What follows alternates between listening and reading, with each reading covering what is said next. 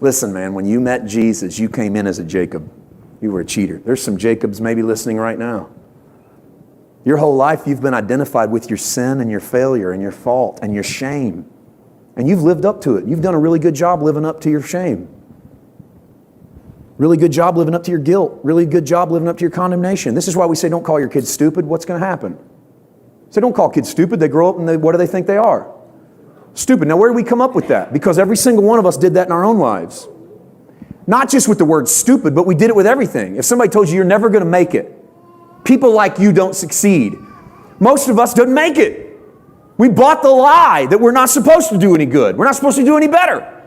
That's why I believe in being positive in people's life and speaking something into them that might give them a chance to believe that they're not everything everybody all their life told them they were. To know that they can be different and they can be better, and it's not going to be because they made a decision to be, but because they truly believe that Jesus can transform. I'm not talking about positive confession, where you just believe you could do better and then you do better. Just believing you can do better doesn't mean you do better. What if somebody paid for you to actually be better? A heart transformation. This is why I'm not about mental assent to Christianity.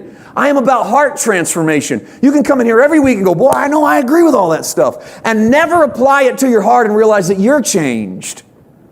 I'm not just about you nodding and going, wow, what a church. That guy's funny. I sure do agree with a lot of stuff he says, but never an application to where you go from being a Jacob to an Israel. That application is your acceptance that this is really what God thinks about me.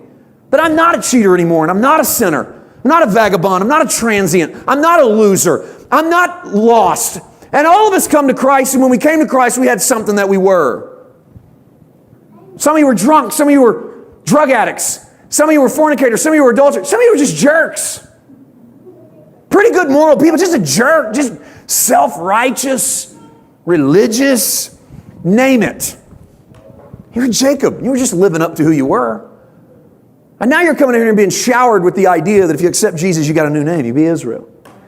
So quit calling yourself Jacob anymore. So when you wake up in the morning, just identify yourself the way God identifies you. What's the New Testament precedent for this? Is all that I have, Simon, your name is Kepha? I mean, if that's all that I have, then that's still not good for you. That's just good for Peter. Oh, good news. Good news. There's something for you.